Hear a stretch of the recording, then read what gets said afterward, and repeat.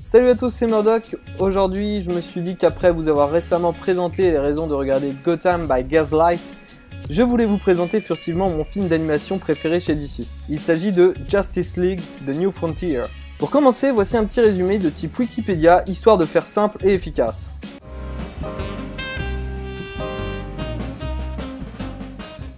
À la fin des années 1950, le McCarthyisme a forcé la plupart des super-héros de la Société de Justice d'Amérique à prendre leur retraite. De leur côté, Superman et Wonder Woman travaillent pour le gouvernement, alors que Batman continue malgré tout d'œuvrer dans l'illégalité. Mais les temps changent et tandis que de nouveaux super-héros sont traqués comme les anciens Flash ou Green Arrow, et que d'autres sont encore incertains tels Hal Jordan ou Martian Manhunter, un danger millénaire menace l'humanité. L'Amérique va devoir faire face à ces anciens démons. Bon voilà, j'espère que vous voyez le tableau et maintenant je vais vous dire brièvement pourquoi j'aime tant ce petit film.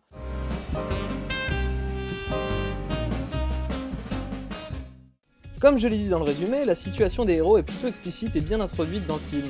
Mais la scène d'introduction de certains héros sont des petits bijoux. Je ne vais pas tout vous spoiler, donc je vais parler de celle de Martian Manhunter et Batman.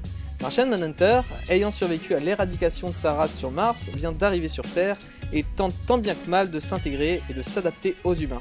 On le voit alors s'instruire en regardant la télévision. Son pouvoir de métamorphose nous donne alors quelques petits gags plutôt cool.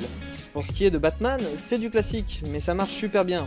On le voit tout simplement se battre contre une secte satanique qui se préparait à sacrifier un enfant. Martian Manhunter, assistant à cette scène, va alors trouver son premier allié.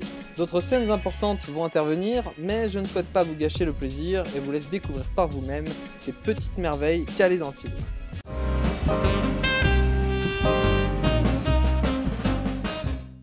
Bon là je vais faire hyper court parce que le contexte c'est toujours chiant à déblatérer, donc je vais vous dire la fin des années 50, des voitures trop stylées, des impairs et des beaux chapeaux, des punchlines. New look, a sidekick.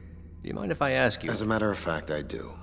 La guerre froide et des dinosaures mutants comme dans Turok.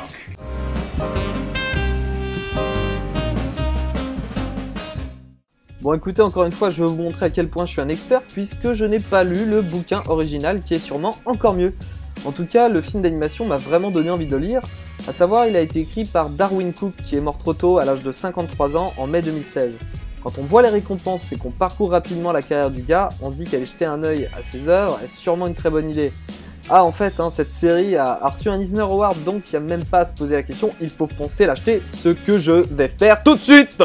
Bon voilà, la vidéo est terminée, c'était court mais intense et je souhaitais dégager un avis plus brut et un peu moins détaillé que d'habitude, donc surtout n'hésitez pas à poser des questions dans les commentaires ou d'enrichir mon propos avec des anecdotes qui vous ont plu sur ce film d'animation ou sur le comics original d'ailleurs.